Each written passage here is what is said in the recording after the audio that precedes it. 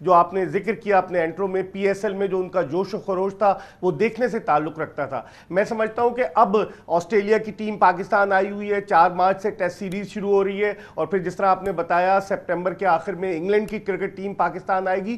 تو وہ ٹیمیں کہ جن کے بارے میں کہا جاتا تھا مغربی ممالک کی ٹیمیں, وہ نہیں, پاکستان ان کے آنے سے بڑا فرق پڑے گا, اور پھر ہم یہ بآسانی کہہ سکتے ہیں کہ پاکستان میں بین الاقوامی کرکٹ کی بہاریں جو ہیں وہ لوٹ کر آ گئی ہیں. یہ پاکستان کرکٹ کے نقطہ نگاہ سے, شائقین کرکٹ کے نقطہ نگاہ سے اور نوجوان کرکٹرز کے نقطہ نگاہ سے بڑی خوشائن بات ہے, کیونکہ جب نوجوان کرکٹ کے لیے کیا یہ ماحول پاکستان میں کرکٹ کے ٹیلنٹ کے فروغ کے لیے کتنا سازگار ثابت ہوا ہے, کیونکہ ظاہر ہے کہ پاکستان کو بہت ہی شدت سے تلاش تھی وہ وقت جب اس کے لیے کرکٹ کے دروازے بند تھے, اور اب جو اس دوران جو ہم نے یہ پی ایس ایل وغیرہ ہوا ہے, جو ٹیلنٹ سامنے آیا ہے, یہ کتنا پرومسنگ ہے؟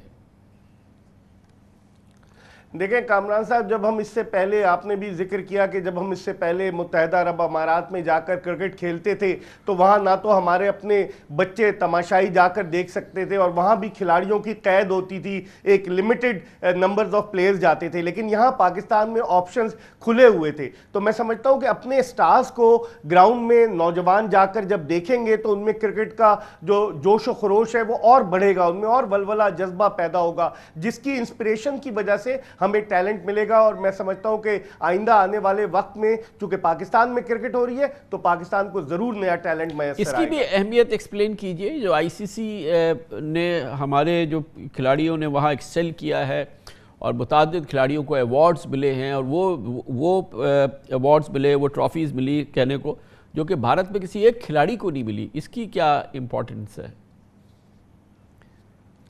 دیکھیں کامران صاحب, 13 ستمبر کو رمیز راجہ نے پاکستان کرکٹ بورڈ کے چیئرمین کا عہدہ سنبھالا احسان مانی صاحب کے جانے کے بعد, اور وہ خوش قسمت ثابت ہوئے کہ ان کا عہدہ سنبھالتے ہی پاکستانی کرکٹ ٹیم نے T20 ورلڈ کپ کے سیمی فائنل کے لیے کوالیفائی کیا, اور اس سے پہلے بھی ہمارے کھلاڑی 2021 میں عمدہ پرفارم کرتے چلے آئے ہیں. تو یہ ان جو ٹیلنٹ ابھر کر سامنے آیا, چاہے وہ شاہین شاہ آفریدی ہو, چاہے بابر اعظم ہو, چاہے محمد رضوان ہو, چاہے فاطمہ شاہ ہو, یہ ٹیلنٹ جو سامنے آئے ڈیزرو کرتے تھے, اور یہ بھارت کے لیے بہت بڑا دھچکا ہے, جہاں کی انڈین پریمیئر لیگ کو وہ کہتے ہیں کہ پیسے کے اعتبار سے, شائقین کرکٹ کے اعتبار سے دنیا کی بہت بڑی لیگ ہے, تو یہ ان کے لیے دھچکا ہے, اور ہمارے لیے یہ ایک باعث اطمینان بات ہے, اور ہمارے لیے باعث فخر بات ہے کہ ہمارے کھلاڑی, آپ نے جس طرح ذکر کیا 2004 کے بعد سے ہمارے اتنے کھلاڑی جو ہے ان کا نام آیا ہے, تو میں سمجھتا ہوں یہ ہمارے لیے بڑی خوشی کی بات ہے. لیکن وہ کون سا, اگر ہم کھیل کی بات کریں تو وہ کون سے ایریاز ہیں جہاں پر اب ہمیں سخت محنت کرنی ہے اور اپنے ٹیلنٹ کو زیادہ ابھارنا ہے, یا جہاں پر ہمیں ورلڈ کلاس ٹیلنٹ کی شدید ضرورت ہے؟ کامران صاحب, ہماری T20 کی تو بڑی اچھی ٹیم بن گئی ہے, ہمیں ٹیسٹ میچز پر اور ون ڈے میچز پر توجہ دینی ہوگی, کیونکہ ٹیسٹ میں اور ون ڈے میں ہماری رینکنگ اتنی اچھی نہیں ہے. T20 تو شارٹر ورژن ہے, لیکن آپ اگر پاکستان کا ریکارڈ اٹھا کر دیکھیں تو ٹیسٹ میچز میں ایک وقت ہم نمبر 1 ٹیم تھے, لیکن اب ہماری ٹیسٹ میچ کی کارکردگی بجائے اوپر جانے کے, عروج کی طرف جانے کے, تھوڑی زوال کی طرف گامزن ہوئی. تو اس پر ان کو توجہ دینی ہوگی. ڈومیسٹک کرکٹ کا ڈھانچہ بہتر بنانا ہوگا. وزیر اعظم کی خواہش تھی کہ اداروں کی ٹیمیں ختم کی جائیں, کتنے لڑکے بے روزگار ہو گئے. صرف پاکستان کی جو فرسٹ کلاس کرکٹ ہے وہ 192 کرکٹرز تک محدود ہو کر رہ گئی, جس سے آپ کا نیا ٹیلنٹ سامنے نہیں آ رہا. اور کرکٹ کا اصل حسن جو ہے وہ ٹیسٹ کرکٹ ہے. مارچ 1877 سے ٹیسٹ کرکٹ ہو رہی ہے, تو ہمیں چاہیے کہ اس پر جو لانگر ورژن ہے اس پر ہم خصوصی توجہ دیں. تو کوئی وجہ نہیں, ہمارا اتنا ٹیلنٹ ہے جو ہم دنیا کو نہ ہرا سکیں. Thank you so much. Mirza Iqbal Baig ہمارے ساتھ موجود تھے. کمرشل بریک, اس کے بعد ہم ذکر کریں گے سیاست کے درجہ حرارت میں تیزی در تیزی ہے. بڑا دلچسپ ماحول ہے اس وقت. سندھ میں فوکس ہے, P T I Peoples Party کے خلاف لانگ مارچ کر رہی ہے, اور بلاول بھٹو زرداری عمران خان کے خلاف پیپلز پارٹی کا لانگ مارچ لے کے سندھ سے نکل رہے ہیں, اور پی ٹی آئی کا مارچ جو ہے وہ اس وقت سندھ میں بھرپور انداز سے پیپلز پارٹی کو چیلنج کر رہا ہے. اس ماحول کی بات کریں گے چھوٹے سے وقفے کے بعد. اس وقت ملک میں لانگ مارچ بمقابلہ لانگ مارچ کا کھیل کھیلا جا رہا ہے. پاکستان پیپلز پارٹی اور پی ٹی آئی ایک دوسرے کے خلاف لانگ مارچ ان کا اس وقت جاری ہے. دونوں جماعتیں ایک دوسرے سے کارکردگی کا حساب مانگ رہی ہیں. پیپلز پارٹی تو وزیر اعظم کے استعفے کی طلبگار ہے, اور اسی کے ساتھ اپوزیشن کی پاکستان ڈیموکریٹک موومنٹ نے بھی 23 مارچ کو حکومت کے خلاف ایک الگ سے لانگ مارچ کی کال دے دی ہے. کل پیپلز پارٹی کے تحریک انصاف کے خلاف لانگ مارچ کا آغاز کراچی سے ہوا، جو اس وقت حیدرآباد میں ہے اور اس کی منزل اسلام آباد بتائی گئی ہے۔ بلاول بھٹو زرداری نے مختلف شہروں میں جوشیلی تقاریر کے دوران وزیراعظم عمران خان اور ان کی حکومت پر دل کھول کر تنقید کی۔ آپ کا عوامی مارچ دیکھ کے کٹ پتلی نے کپرانا شروع کر دیا ہے۔ کٹ پتلی نے کچھ اپنے وزیر سندھ بھیجے ہیں، سندھ کے ہاتھ پہ اگر ڈاکہ مارا تو نے مارا ہے، آپ کو حساب دینا ہے۔ اس P T I M F deal سے نکلنے کے لیے عمران کو گھر بیچنا ہوگا، صاف و شفاف الیکشنز کروانا پڑیں گے۔ بزدل ہے آپ کا وزیر اعظم، بزدل ڈرپوک ہے۔ خان صاحب نے جمہوریت کا جنازہ نکالا ہے، معیشت کا بیڑا غرق کر دیا ہے، بس اب سلیکٹڈ کو جانا ہے۔ ہمارے سامنے ایک کٹ پتلی ہے، ایک ناجائز، نااہل، نالائق ترین وزیر اعظم ہے۔ اب پارلیمان کا اعتماد اس وزیر اعظم سے ہمیں چھیننا ہے، عدم اعتماد لے کر آنا ہے۔ کیا اس سلیکٹڈ نے کسی ایک غریب کا سر کے لیے چھت کا بندوبست کیا ہے؟ ہم اس کٹ پتلی کا بندوبست کریں گے، اس نالائق، نااہل وزیر اعظم کو گھر بھیجیں گے، اسے حساب لیں گے۔ پیپلز پارٹی کے لانگ مارچ کے حوالے سے سرکاری مشینری اور سرکاری ذرائع استعمال کیے جانے کے مسلسل الزامات لگ رہے ہیں۔ پیپلز پارٹی کا لانگ مارچ پنجاب سے ہوتا ہوا اگلے مہینے کی 8 تاریخ کو اسلام آباد پہنچے گا، اور پنجاب پہنچ کر پیپلز پارٹی کے لانگ مارچ کو کیسی سپورٹ ملتی ہے یہ دیکھنا دلچسپ ہوگا، کیونکہ اس کا سب سے بڑا امتحان اس لانگ مارچ کا ہوگا پنجاب میں۔ خبریں ہیں کہ نون لیگ پیپلز پارٹی کا مارچ کو فیسیلیٹیٹ نہیں کرے گی، اس کے لیے اس کی مددگار ثابت نہیں ہوگی۔ دوسری جانب پیپلز پارٹی کے خلاف پی ٹی آئی کا لانگ مارچ ہفتے کے روز گھوٹکی سے کراچی کے لیے روانہ ہوا۔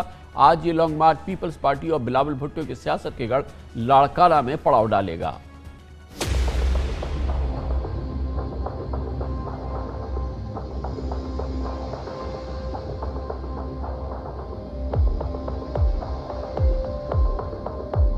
سندھ کے باشیوں، ایک نئی تاریخ رقم ہو رہی ہے۔ سلام ہے آصف علی زرداری کو کہ اس نے لوگوں کو فیصلہ کرنے پر مجبور کر دیا۔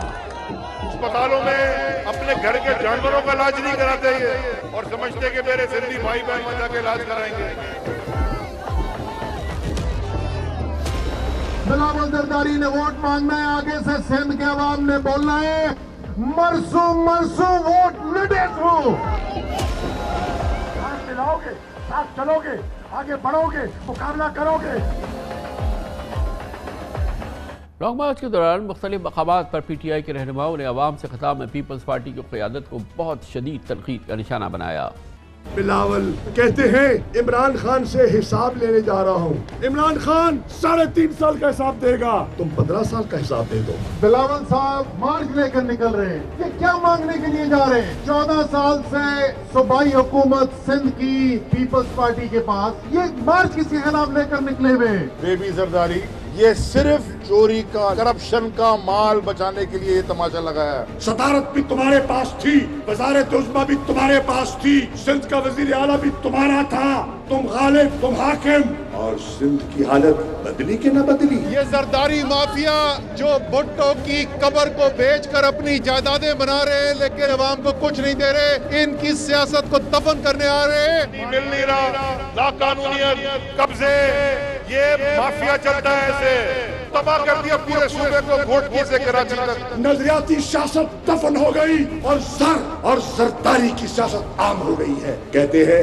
زرداری بندے مروا دیتا ہے، کہتے ہیں زہر دے دیتا ہے، مجھے اس کا علم ہے، ذاتی تجربہ ہے۔ پیپلز پارٹی کی حکومت میں ہم جو کام کیا اس میں 2 نمبری آصف زرداری کی فوٹو لگی ہوئی ہے۔ زرداری مافیا کے خلاف علم بغاوت بلند کرنا ہے۔ جو زرداری مافیا کے خلاف بات کرتا ہے اس کے خلاف ایف آئی آریں کٹتی ہیں، اس کی زمینوں میں پانی بند ہوتا ہے۔ عمران خان نے اپنے ہاتھ میں پلہ اٹھا لیا ہے، اور زرداری سن لو، آ رہا ہے عمران خان تمہیں سندھ سے بگانے کے لیے۔ دونوں لانگ مارچ ابھی جاری ہے۔ پی ٹی آئی کا لانگ مارچ کراچی پہنچے گا، اور پاکستان پیپلز پارٹی کا بلاول بھٹو کا لانگ مارچ 8 مارچ کو اسلام آباد۔ دیکھتے ہیں راستے میں اور مزید کیا ہوتا ہے۔ فی الحال کمرشل بریک، اس دوران نیوز ہیڈ لائنز دیکھیں، جس کے بعد ہم اپنے پروگرام کے باقی حصے کے ساتھ واپس آتے ہیں۔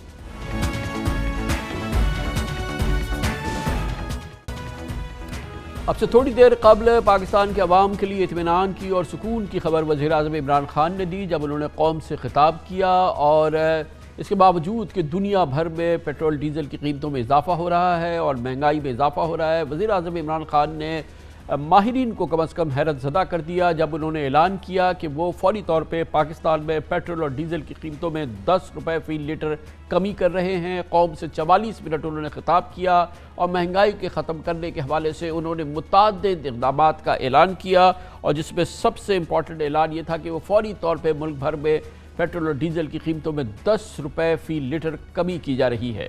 میرے پاس اوگرا کی سمری آئی، انہوں نے کہا کہ 10 روپے زیادہ آپ کو 1 لیٹر پیٹرول اور ڈیزل بڑھانا پڑے گا کیونکہ دنیا میں تیل مہنگا ہو چکا ہے۔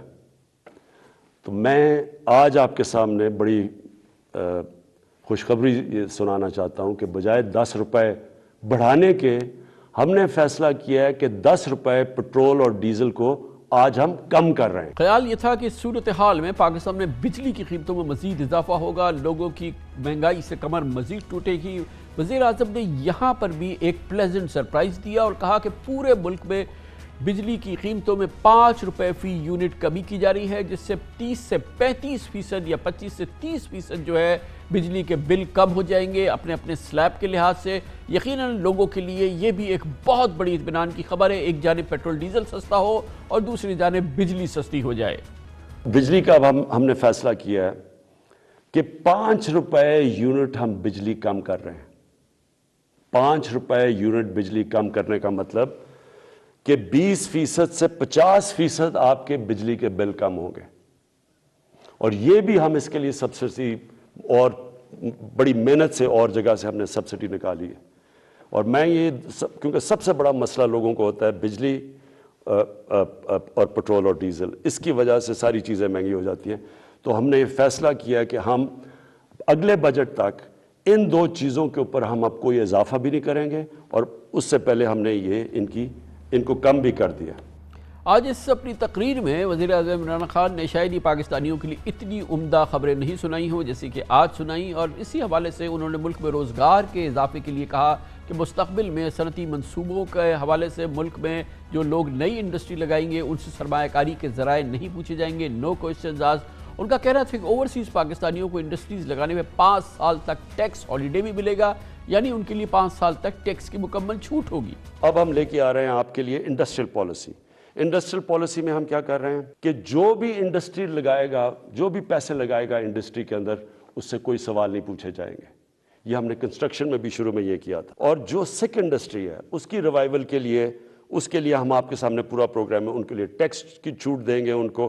اس کے ساتھ انشاءاللہ کل میں لاہور کے اندر آپ کو پورا انڈسٹریل پالیسی کا پورا پیکج دے دوں گا۔ اور پھر تیسری چیز، جو اوورسیز پاکستانی ہیں، جب بھی وہ پاکستان کی انڈسٹری میں انویسٹ کریں گے یا وہ پاکستان کے انڈسٹریلسٹ کے ساتھ جوائنٹ وینچر کریں گے، ان کو 5 سال کا ٹیکس ہالیڈے ہم نے کر دیا، تاکہ 5 سال تک کوئی ٹیکس نہیں دیں گے۔ پاکستان کے انتہائی غریب لوگوں کے لیے یقیناً یہ بہت ہی عمدہ خبر تھی جو وزیر اعظم نے دی، اور کئی لاکھ پاکستانی خاندان اس سے مستفید ہوتے ہیں۔ بہت ہی کامیاب پروگرام ہے عمران خان حکومت کا احساس پروگرام، جس کے تحت ہر غریب خاندان کو ماہانہ 12,000 روپے ملتے تھے، اب اس میں بھی 2,000 روپے کا اضافہ کر دیا ہے، 14,000 روپے ماہانہ ملا کریں گے اب ہر خاندان کو۔ احساس پروگرام کے تحت کسی بھی غریب ترین گھر کے لیے یقیناً ان 2,000 روپوں کی اضافے کی ویلیو ہے۔ اس کے ساتھ ہی بہت ہی کامیاب پروگرام چل رہا ہے پنجاب اور کے پی میں صحت کارڈ ہے، جس میں سے یونیورسل یہ ہیلتھ اسکیم ہے جس کے ذریعے لوگوں کو علاج مفت ملتا ہے، اور اس میں اب مزید اضافہ کیا جا رہا ہے اور 10 لاکھ روپے تک کا لوگوں کا علاج ہو سکے گا۔ یقیناً پنجاب اور سندھ جہاں پر صحت کارڈ کا اطلاق ہوا ہے ان کے لیے بہت عمدہ خبر ہے، باوجود سندھ حکومت نے سیاسی وجوہات کی بنا پر صحت کارڈ میں شامل ہونے سے انکار کر دیا ہے۔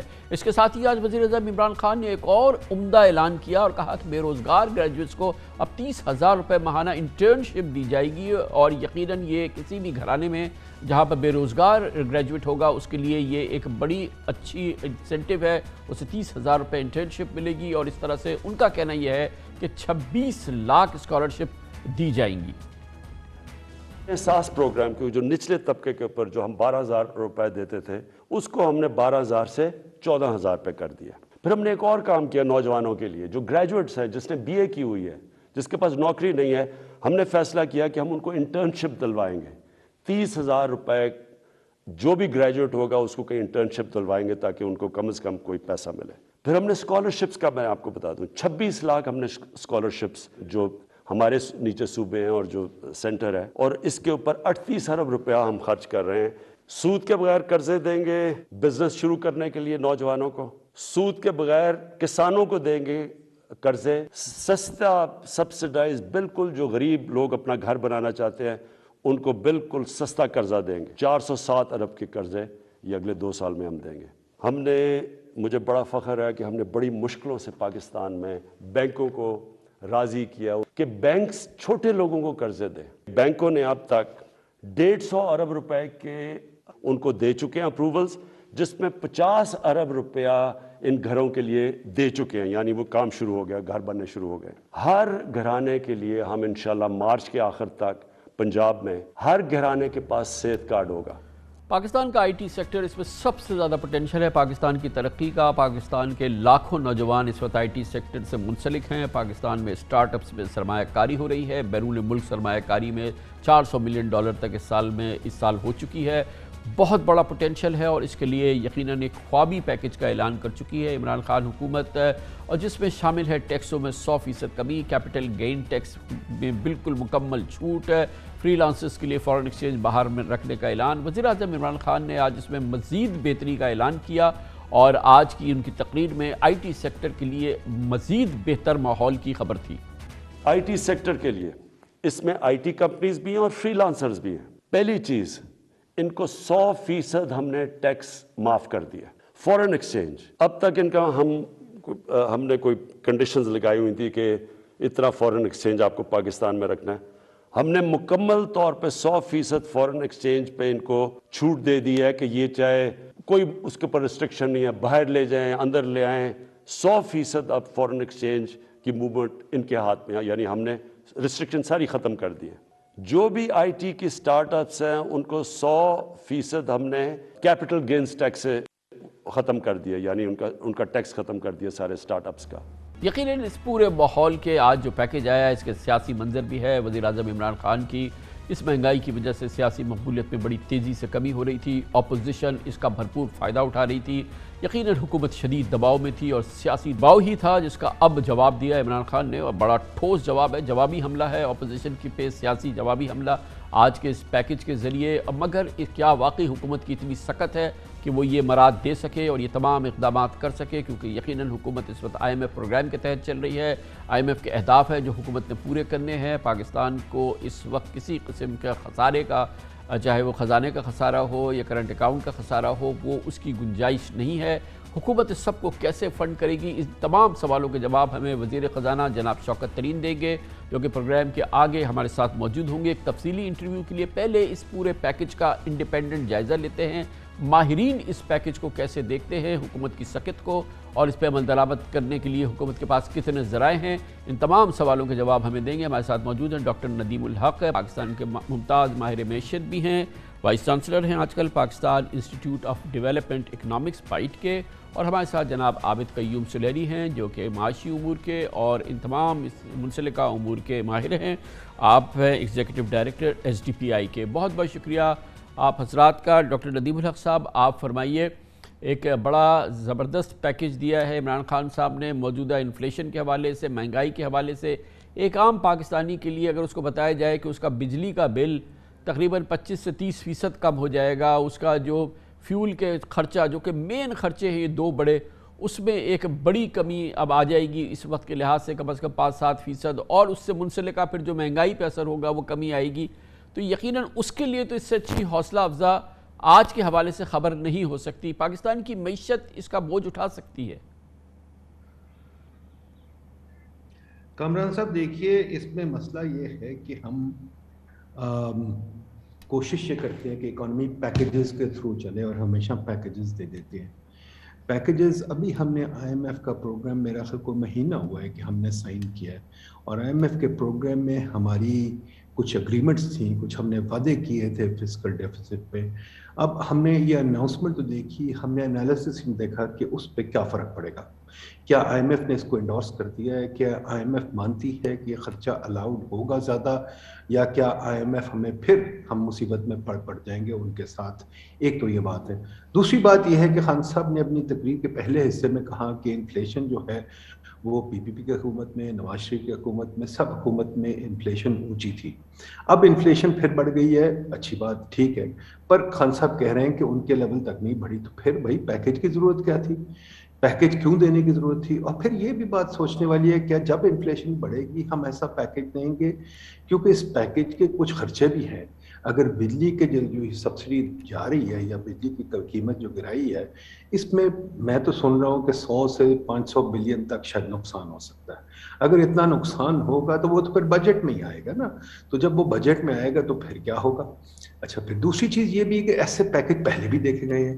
یوتھ انٹرنشپ اسکیم تو میرا خیال کو پچھلے 15-20 سالوں سے آ رہی ہے۔ جی ڈاکٹر صاحب، پہلے ہم فی الحال اس وقت کی جو یہ کرنٹ ابھی آپ نے جو نکات رکھے ہیں، عابد قیوم سلیری صاحب آپ فرمائیے گا کہ کیا پاکستان کی موجودہ معاشی کیفیت، IMF کا پروگرام جو کہ اس وقت جاری ہے، اور پھر جو اس وقت کرنٹ اکاؤنٹ ڈیفیسٹ کی ایک اپنی جگہ سچویشن ہے، چلے وہ اس سے شاید اتنا متاثر نہ ہو، لیکن فسکل ڈیفیسٹ وغیرہ کیا کسی چیز پہ اثر نہیں پڑے گا؟ IMF کا پروگرام بھی چلتا رہے گا، فسکل ڈیفیسٹ بھی صحیح رہے گا، معیشت پہ کوئی اضافی بوجھ نہیں پڑے گا، ان تمام انسینٹیوز کے باوجود جو آج پرائم منسٹر نے اناؤنس کیے؟ دیکھیے، جب اضافی خرچہ ہوگا تو کہیں نہ کہیں پہ تو اس کا بوجھ پڑ رہا ہوگا۔ کچھ نان پروڈکٹیو ایکسپینڈیچر جو ہیں ان کو کٹ کیا جا رہا ہوگا، جو ریونیو جو ہے پہلے سے جو اس میں انکریز ہوئی ہے اس کو ڈائیورٹ کیا جا رہا ہوگا۔ لیکن دیکھیے، اس پیکج کو لانے کی ضرورت یہ تھی کہ یہ جو پیٹرول اور گیس کی جو قیمتوں میں جو اضافہ ہے، یہ ایک ان یوزول اضافہ ہے۔ روس اور یوکرین کے کنفلکٹ کے بعد، جیسا کہ آپ اپنے ٹویٹس پہ بھی ان کو بار بار اجاگر کر رہے ہیں کہ یہ والا جو اضافہ ہے یہ کوئی ڈیمانڈ کی وجہ سے نہیں ہو رہا، اور اس ان یوزول اضافے سے نپٹنے کے لیے حکومت کو کچھ نہ کچھ ان یوزول جو تھا وہ کرنا تھا۔ اگر تو یہ کوئی ایسا اضافہ ہوتا جو کہ ہمیں یہ لگتا ہے کہ جی یہاں پہ ڈیمانڈ بہت بڑھ گئی ہے، اس وجہ سے مہنگائی ہو رہی ہے یا کوئی اور چیز ہوتی، تو شاید حکومت اس کو ڈیفرنٹ طریقے سے ڈیل کرتی۔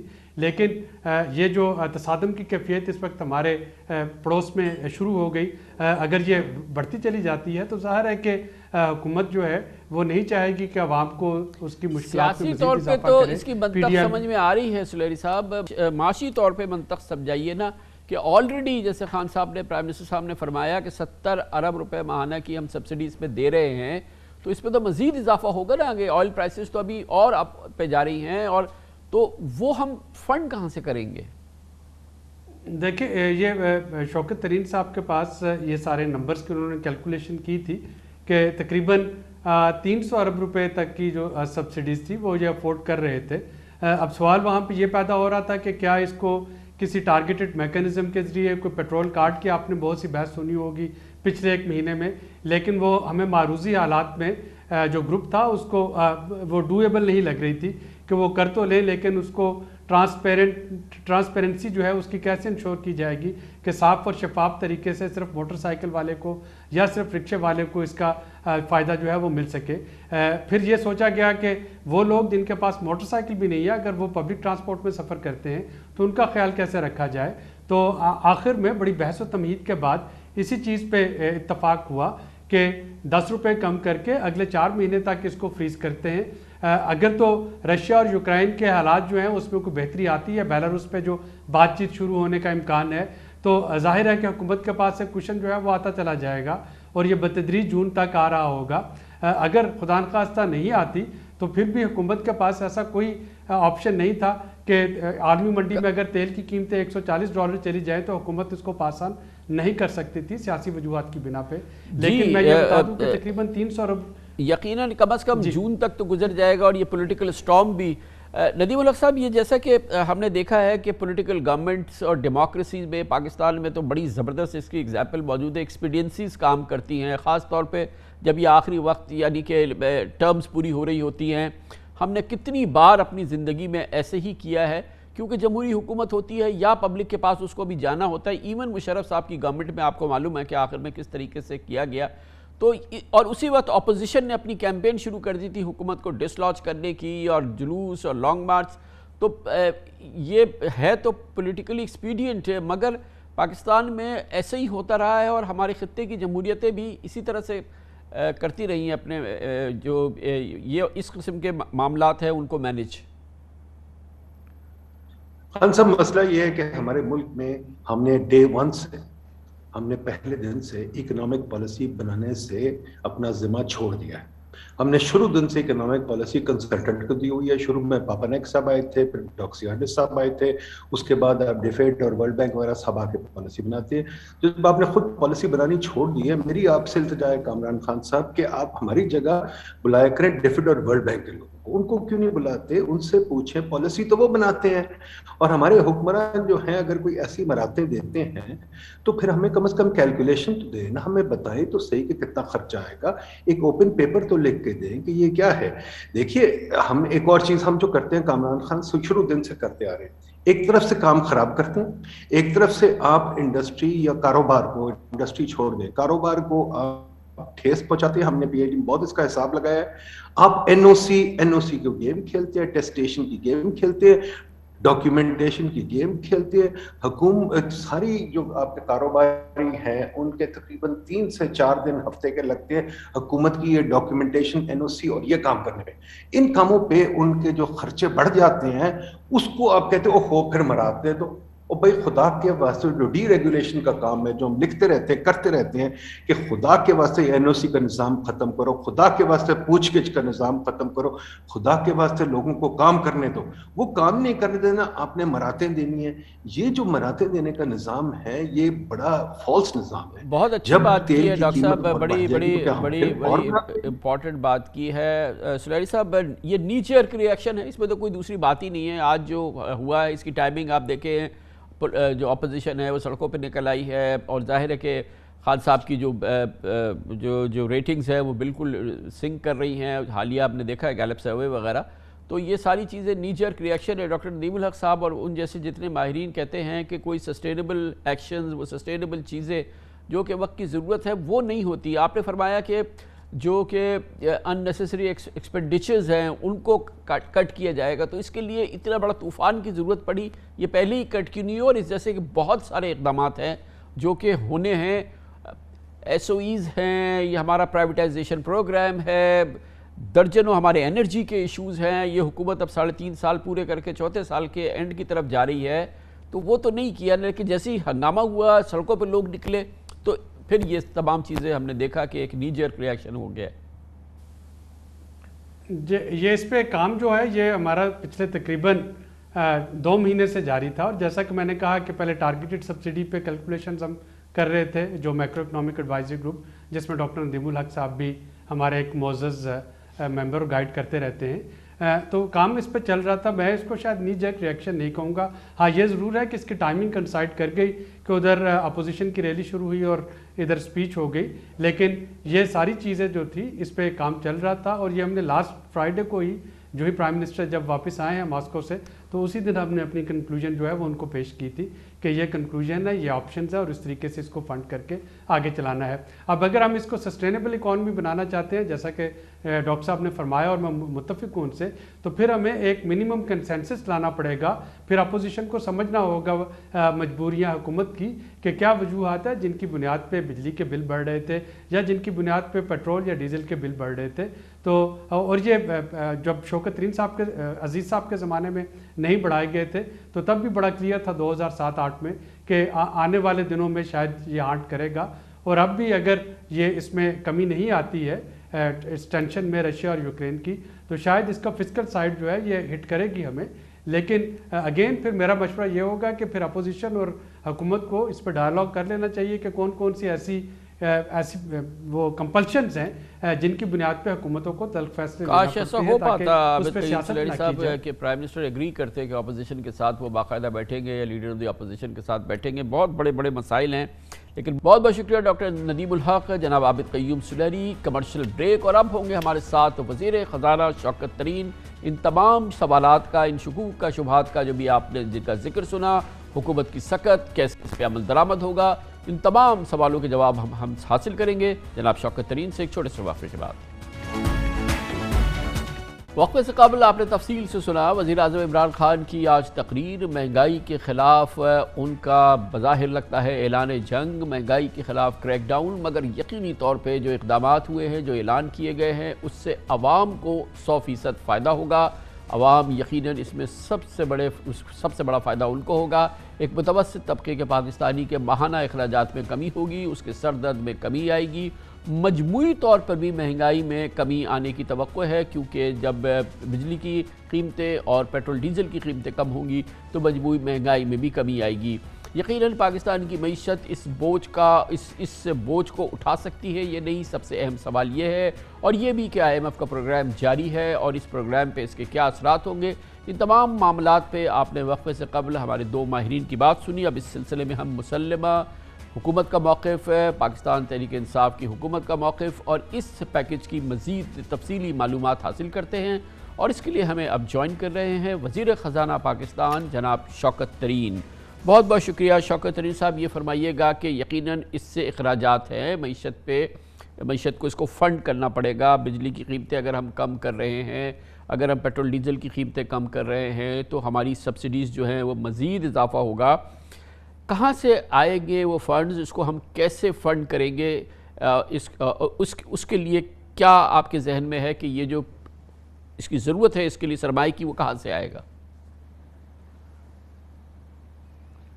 دیکھیں کامران صاحب، یہ تو ہم نے سوچ سمجھ کے کیا نا، ایسے تو نہیں کیا۔ اور دوسری چیز یہ ہے کہ اگر ہمارے پاس فنڈنگ نہ ہوتی تو اس پہ تو پھر IMF بھی اعتراض کرتا، کیونکہ فسکل ڈیفیسٹ کے ہمارے ٹارگٹس ہیں، ہمارے ڈیٹ کے ٹارگٹس ہیں، ڈیٹ ٹو GDP کے ٹارگٹس ہیں، تو نہ ہی ہم قرضہ لے کے یہ کر سکتے ہیں اور نہ ہی ہم اپنا جو ایکسپینس کو ویسے بڑھا سکتے ہیں۔ تو یہ آپ یہ کہیں گے، پوچھیں گے کہ یہ بھائی یہ پہلے تو کتنا بڑا یہ نسخہ ہے، تو یہ تقریباً 250 سے 300 ارب روپے کا نسخہ ہے، اور یہ 2 جو بڑی چیزیں ہیں، اور اس کے بیچ میں ہمارے پاس جو کدھر سے پیسے آئیں گے۔ دیکھیں ہم تھوڑا سا PSDP وغیرہ میں تو سڑکیں وغیرہ بناتے رہتے ہیں ادھر ادھر، تو کچھ تو ادھر سے ہمیں تھوڑے پیسے ملیں گے، ہم کوئی ادھر سے زیادہ کٹوتی نہیں کریں گے لیکن کریں گے۔ کچھ ہمارے احساس فنڈ میں پیسے پڑے ہوئے ہیں، وہ ہم نے زیادہ بجٹ کیے ہوئے تھے۔ کچھ ہم نے IMF نے ہمیں دیا ہوا تھا، یہ جو کووڈ کے بیچ میں جو ایکسپنسز تھے وہ کافی ہمیں انہوں نے ایک لیوے دیا تھا، اس میں سے ہم کچھ نکالیں گے۔ کچھ ہمارے جو ہماری آئل کمپنیز ہیں ان کے ڈیویڈنڈز ہیں وہ پڑے ہوئے ہیں 3 4 سال سے، اور وہ کافی بڑی مقدار ہے، ٹوٹل کوئی تقریباً ٹریلین 1.3 ٹریلین روپیز کے پڑے ہوئے ہیں، جو ابھی تک ہم نے کیش نہیں کیے بیکاز سرکولر ڈیٹ ہے، تو اس کی وجہ سے وہ نکل نہیں رہے تھے، بٹ ہم نے ابھی طریقہ کار ایک واضح کر دیا ہے جس سے اس میں سے بھی پیسے نکلیں گے۔ تو اس میں زیادہ تر تو ہم پیسے جو ڈالیں گے وہ سرکولر ڈیٹ کو کم کرنے میں ڈالیں گے، لیکن اس میں سے تھوڑے پیسے نکالیں گے ہم، اور تو یہ ساری 3 4 چیزیں اگر ملا لیں تو ہمارے پاس جتنے ہمیں چاہیے اس سے زیادہ ہی پیسے ہیں۔ تو ترین صاحب یہ فرمائیے گا کہ اگر یہ نمبرز یہ کام جو ابھی کیا ہے، یہ جو یہ ساری کیلکولیشنز کی ہیں، اگر یہ آپ پہلے کرتے، اب سے کوئی 2 مہینے پہلے کرتے یا 1 مہینے پہلے کرتے، تو یہ جو پریشرز بڑھا ہے، ایک تو انفلیشن کا عوام پہ اور پھر حکومت پہ سیاسی پریشر بڑھا ہے، تو یہ شاید اتنا نہ بڑھتا، تو یہ قدم پہلے کیوں نہیں اٹھایا گیا if it was so doable؟ دیکھیں جی، ہر چیز جو ہوتی ہے وہ موقع پہ کی جاتی ہے، کوئی ایسی بات نہیں۔ ہمارے خیال یہ جو چیزیں ابھی جو پرائسز بڑھی ہیں تو یہ تو کوئی اینٹیسپیٹ بھی نہیں کر رہا تھا نا کہ اس طرح بڑھتی رہیں گی۔ لوگ کہہ رہے تھے کہ یہ ٹھیک ہے اوپر جائیں گی نیچے۔ آپ نے دیکھا ہوگا کہ پیٹرول کی پرائسز بھی ایک وقت میں $88 پہ گئیں اور پھر واپس آ کے وہ $68 پہ آ گئیں پچھلے 4 5 مہینوں میں، تو اوپر بھی جاتی تھی نیچے بھی جاتی تھی۔ یہ تو اب جس وقت یہ یوکرین ہوا ہے تو اس سے یہ ایک خیال آیا کہ یہ جو چیزیں ہیں، اور یوکرین کا یہ نہیں ہے کہ جب اٹیک ہوا ہے رشیا کا، اس سے پہلے ہی جب یہ تیاریاں ہو رہی تھیں رشیا کی اور انہوں نے ان کے بارڈرز پہ اپنے ٹروپس ڈال دیے تھے تو پریشر آنا شروع ہو گیا تھا۔ تو تب ہمیں یہ خیال آیا کہ یہ 1 2 مہینے کی بات نہیں ہے، یہ مطلب یا 15-20 دن کی بات نہیں ہے، اس کو ذرا یہ لمبا بھی ہو سکتا ہے. تو پھر ہم نے یہ سوچنا شروع کیا کہ کس طریقے سے ریلیف دی جائے، اور پھر اگر دی جائے تو سگنیفیکنٹ ریلیف ہونی چاہیے. تو یہ وجہ ہے. اور پھر یہ ہے کہ کامران بھائی ہر چیز it's a dynamic world. I mean you keep thinking about just doing these things and ٹھیک ہے when the right time comes then you do it. تو طاہر صاحب یہ فرمائیے گا کہ یہ اس وقت ہو رہا ہے جب ہم IMF پروگرام کے تحت ہے، اور یہ ابھی پروگرام ہمارا باقاعدہ چل رہا ہے، اور یقیناً IMF اوورسائٹ ہے، IMF پروگرام کے ہم نے ٹارگٹس ہیں جو ہم نے ان کو دیے ہوئے ہیں. پروگرام اس سے ڈسٹرب نہیں ہونے والا؟ نہیں، بالکل نہیں ہونے والا. یہ ہم نے ان سے بات بھی کی ہوئی ہے. ایسی بات جو بھی ہم میجر سٹیپس لیتے ہیں پہلے ان سے ہم مشورہ کر لیتے ہیں. اور دوسری چیز یہ ہے کہ ان کو جو ہے ان کی جو ٹارگٹ سیدھے ہیں. انہوں نے کہا آپ نے فسکل ڈیفیسٹ جو ہے اس کو بریچ نہیں کرنا، جو ٹارگٹ ہے آپ کا. آپ نے ڈیٹ زیادہ نہیں اپنی بکس پہ لے کے آنا. تو ہم کو تو کچھ بھی نہیں لا رہے نا ان میں سے. آپ دیکھیں نا ہمارے پاس باقی جو ہے اس وقت بھی کوئی 270-280 بلین جو ہے ہم FBR کے ریونیوز پہ آگے ہیں. اور ابھی جو ایگزمپشنز ہم نے نکالی تھیں اس سے بھی کچھ فائدہ ہوگا. تو I think we probably are fine as far as revenues are concern and income is concern. تو طاہر صاحب یہ جو دوسرے پرائم منسٹر نے انیشیٹو اناؤنس کیے ہیں، مثال کے طور پہ کہ یہ ہم 30,000 روپے گریجویٹس کو انٹرنشپ وغیرہ دیں گے، یہ کتنے لوگوں کو ملے گی؟ اس کی کیا کاسٹ ہوگی؟ کیونکہ یہ بھی ایک بڑا سگنیفیکنٹ ہے کہ اگر ایک مڈل کلاس فیملی کے گریجویٹ کو 30,000 روپے جو ہے وہ گورنمنٹ کی طرف سے ایک وظیفہ مل جائے گا تو ایک بڑا سہارا ہوگا. کیا اس کے لیے کوئی سیریس کیلکولیشنز ہیں ہمارے پاس؟ بالکل ہیں جی. تو ہم 5,500 روپیہ لگے گا اور 1.5 لاکھ بندوں کو یہ جو ہمارا جو نیفٹیک کا انٹرنشپ پروگرام ہے وہ 15,000 کے اوپر لمیٹڈ تھا. ہم نے اس کو اٹھا کے 1.5 لاکھ کر دی. تو اگر زیادہ ہوئے گریجویٹس اور ہمارے پاس پیسے تھوڑے زیادہ وہ زیادہ بھی کر دیں گے. لیکن یہ ایک بڑا آپ نے بالکل صحیح بات کی. آپ انٹرنشپ ہم دیں گے اور پھر ہم یہ ایکسپیکٹ کریں گے کہ جو پرائیویٹ سیکٹر ہے وہ ہمیں ہیلپ کرے گا کہ وہ بھی اس کے میچنگ انٹرنشپس کروائیں گے لوگوں سے. تو یہ ایک بہت بڑا نمبر ہو سکتا ہے. اور یہ جو ہمارے جو بیٹھے ہوئے فارغ ہمارے جو پڑھے لکھے لوگ ان کے لیے ایک اچھا انیشیٹو ہے. طاہر صاحب یہ جو IT سیکٹر کے انیشیٹیوز ہیں، ہم نے IT سیکٹر سے بات کی ہے، اس کا سب سے زیادہ پازیٹیو رسپانس ہے اور لوگ بڑے انکریجڈ ہیں اس سے. کچھ نمبرز وغیرہ کیے ہیں کیا؟ اس کا کوئی بنایا گیا ہے خاکہ کہ اس سے کتنا فائدہ ہونے والا ہے اور ٹینجیبل چیزیں جو ہے ہمیں کتنی جلدی اس میں نظر آئیں گی؟ کامران صاحب آپ اس کو اس طرح دیکھیں گے IT جو ہے ہمارا ایک سیویئر ہے فیوچر کا. ہماری امپورٹ اور ایکسپورٹ میں کافی گیپ ہے اور وہ تقریباً 35 سے 40 ارب ڈالر کا گیپ ہے. ایک چیز جو ریپڈلی گرو کر سکتی ہے وہ IT ہے. تو میں نے ان کو جب بلایا اور میں نے ان کو کہا کہ آپ مجھے بتائیں اس دفعہ آپ نے پچھلے سال 47% انکریز کیا آپ نے ایئر آن ایئر، اس سال آپ کا خیال ہے 75% انکریز کریں گے. آپ نے اگر 100% اگری میں آپ کو کہوں کہ آپ انکریز کریں اپنی ایکسپورٹس ایئر آن ایئر، مجھے بتائیں میں آپ کے لیے کیا کر سکتا ہوں. تو کئی اور چیزیں تھیں. ٹریننگ کے اوپر انہوں نے باتیں کی. میں نے جو انہوں نے میرے سے مانگا میں نے ان سے ڈبل کر کے دے دیا. اور پھر یہ 2-3 چیزیں مانگی جو آج ہم نے دی ہیں. یہ ایک ہمارے لیے جو ہے یہ لائف لائن ہے. اور اس کو آپ دیکھیں گے کہ یہ اگر ایک 100% گرو کرنی شروع ہوگی اگلے سال سے، 5 سال میں ہم $50 بلین IT کی ایکسپورٹ میں ہوں گے. اور وہ ایک گیم چینجر ہے. تو IT کے اوپر تو میرا یہ جو ایک قسم کا یہ وہ ہے موٹو ہے، میرا ویو ہے وہ یہ ہے، ان کو اس وقت مطلب 100 قتل معاف ہے. یہ جو کہیں گے ہم ان کو کرنے کو تیار ہیں ان کے لیے. لیکن انڈسٹریل سیکٹر کے لیے بھی پرائم منسٹر نے آج ٹیکس ہالیڈے اناؤنس کیا ہے سکھ انڈسٹریز کے لیے، اور اس انڈسٹریل سیکٹر کے حوالے سے اس کے کیا خد و خال ہیں؟ کیونکہ انہوں نے اس کو زیادہ ڈیٹیل نہیں بتائی. دیکھیں اس کے خد و خال یہ ہیں کہ ہمارے پاس جس طرح ہم نے پیکج اناؤنس کیا تھا کنسٹرکشن کا، بڑا ویل آرٹیکولیٹڈ تھا اور رنگ فینسڈ تھا کہ بھئی آپ پیسے لائیں اور صرف کنسٹرکشن میں استعمال کر سکتے ہیں اور وغیرہ وغیرہ. تو اسی طریقے سے ہم نے کہا کہ پیسے اگر آپ کے پاس پڑے ہیں 5% دیں اس پہ اور اس کے بعد آپ یہ انڈسٹری لگا دیں. اور جو اس میں ہم بیسیکلی جو ہے انکریج کریں گے آپ کو. اور دوسرا یہ ہے کہ آپ اگر سکھ انڈسٹری ہے تو اس کے بیچ میں ہم انسینٹیوائز کریں گے آپ کو کہ آپ اگر کوئی اور خریدے گا آپ کی انڈسٹری ان کو ہم انسینٹیوز دیں گے, ٹیکس بریکس دیں گے, جو آپ کا ٹیکس کریڈٹ پڑا ہوگا وہ اس کو آف سیٹ کر سکتا ہے.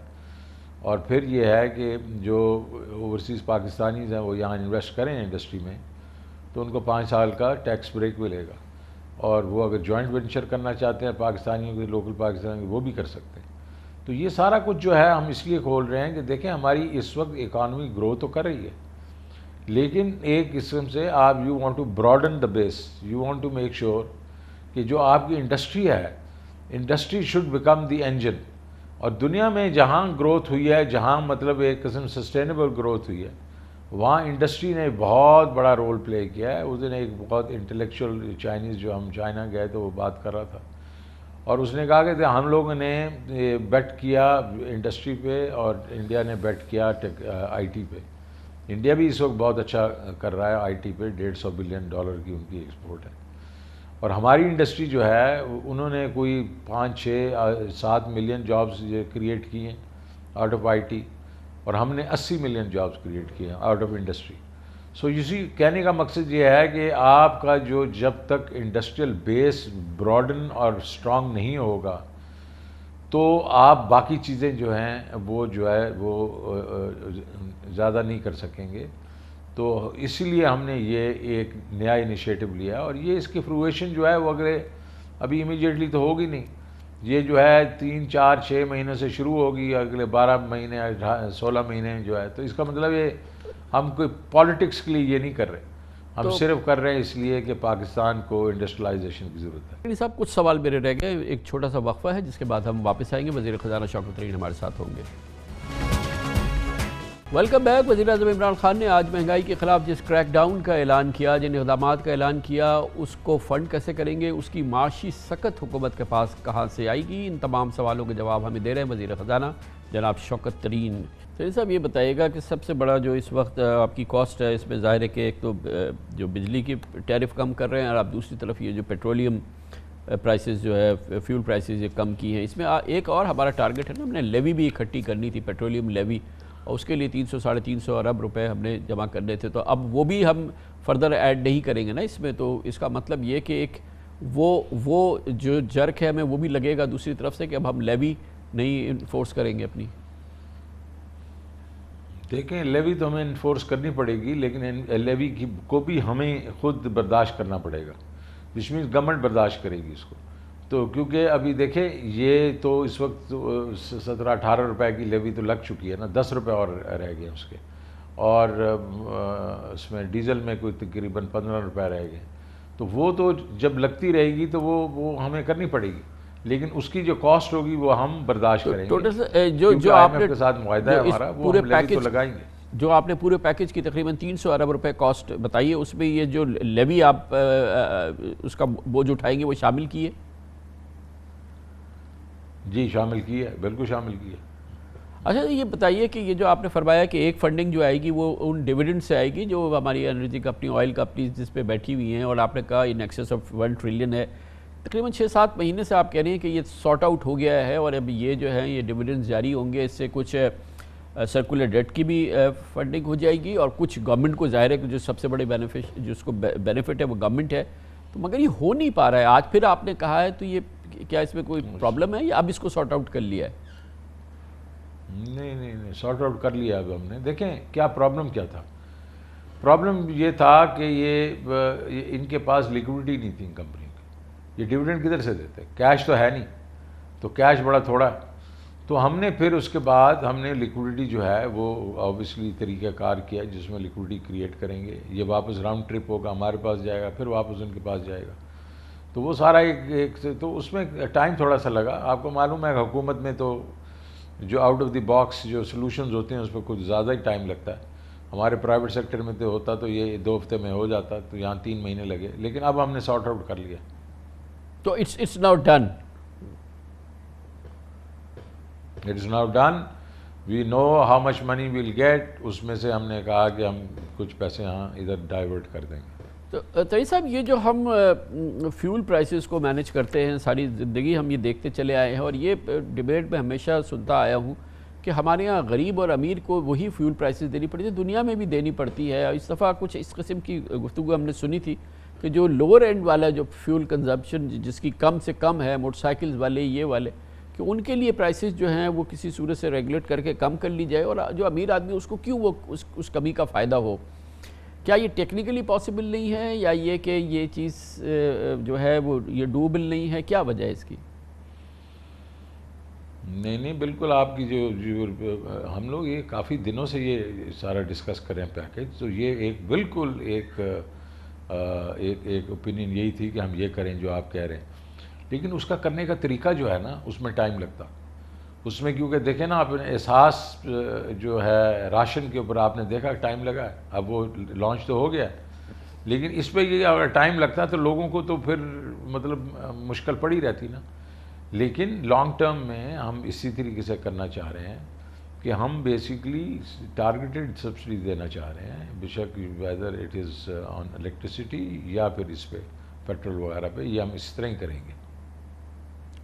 تو اب طویل صاحب اب سے لے کے بجٹ تک جو ہے آپ کی ایفرٹ یہ ہوگی کہ یہ پرائسز جو ہے وہ سٹیبل رہے, اور کتنا آپ کا کتنی کیلکولیشن ہے کہ اس سے کتنے فیصد انفلیشن کم ہوگی؟ یہ میجرز ہم لیں گے جس میں کہ یہ انرجی پرائسز کم ہوتی ہیں اور یہ ہماری فیول پرائسز کم ہوتی ہیں, اس سے اوور آل مہنگائی میں کتنی کمی ایکسپیکٹ کر رہے ہیں؟ کیونکہ ظاہر ہے کہ اس وقت جو تھریش ہولڈ ہے وہ بہت زیادہ ہے اس وقت جو مہنگائی کی جو کیفیت ہے. دیکھیں یار, اگر یہ تو ایگزیکٹ سائنس نہیں ہے, اور ہمارے ملک میں تو ایگزیکٹ سائنس بالکل نہیں ہے. اب لوگ پیسے جس طرح پیٹرول ڈیزل کی پرائس بڑھتی ہے, ٹرانسپورٹر جو ہے وہ پرائس بڑھا دیتا ہے کرائے کی, جب وہ کم ہوتی ہے تو وہ کم نہیں کرتا. اسی طریقے سے باقی چیزیں کو ہمارے پاس کوئی ایسا کمپیٹیٹو سسٹم ہی نہیں ہے جس کو ان کو فورس کیا جائے کہ یہ کیا جائے, لیکن اس سے کم ضرور ہوں گی and over a period of time انشاءاللہ ضرور کم ہوگی. بیکاز ہم تو ابھی یہ کہہ رہے ہیں نا 4 مہینے تو بڑھائیں, ہم کم اس کو زیادہ بھی نہیں کریں گے.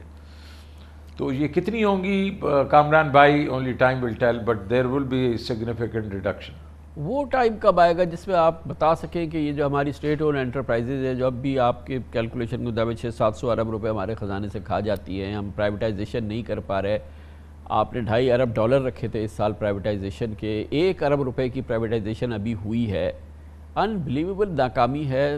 اور پھر اس طرح کے ماحول میں اگر یہ سارے کام ہمارے ہو چکے ہوتے, ہمارے انرجی سیکٹر کی بہتری کچھ ہو چکی ہوتی ہیں, ڈسکوز کچھ بہتر چل رہی ہوتی, تو یہ عذاب نہ سہنا پڑتا جو اب ہم سہ رہے ہیں, اور یہ اس طرح کی سبسڈیز وغیرہ نہ دینی پڑتی گورنمنٹ کی. اس کو کوئی پوچھتا ہے؟ بالکل پوچھتا ہے جی, میں تو پوچھتا ہوں. ابھی پہلے تو تھا نہیں, ابھی ہوں تو, اور اس کے بعد ابھی ہم لوگوں نے, آپ کو معلوم ہے, چیئرمین پرائیویٹائزیشن کمیشن بھی رکھ لیا ہے, پڑھا لکھا آدمی ہے امریکہ سے, یہ کام کرتا رہا ہے. اور اس نے آتے ہی یہ سب سے پہلے اٹیک ہی اس نے مجھے یہ کہا ہے کہ یہ جو آپ کی ڈسکوز ہیں یہ سب سے زیادہ لاس کریں, ان کو ہمیں فکس کرنا ہے اس کو اور ظاہر ہے ریسٹرکچر کر کے بیچنا ہے. لیکن ریسٹرکچرنگ کے بھی کئی طریقے ہیں, یا تو آپ مطلب اس کو بیچ دیں, وہ خود ہی ریسٹرکچر کر لیں, یا آپ ان کو ٹھیکے پہ دے دیں اور وہ اس کو کہیں کہ جناب آپ اس میں جو ہے جو اس میں فائدہ کریں گے ہم شیئر کر لیں گے, اور ایک دفعہ یہ صحیح بہتر چلنا شروع ہو جائیں گی تو پھر ان کو پرائیویٹائز کر دیں.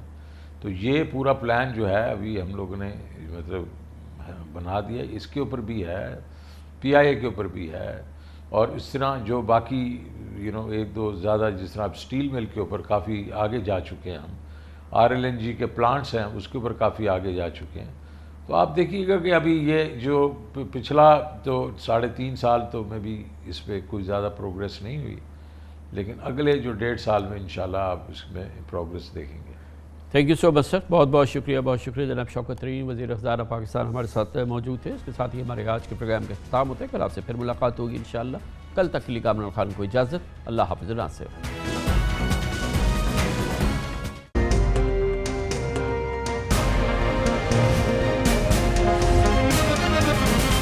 دنیا خبر کی دنیا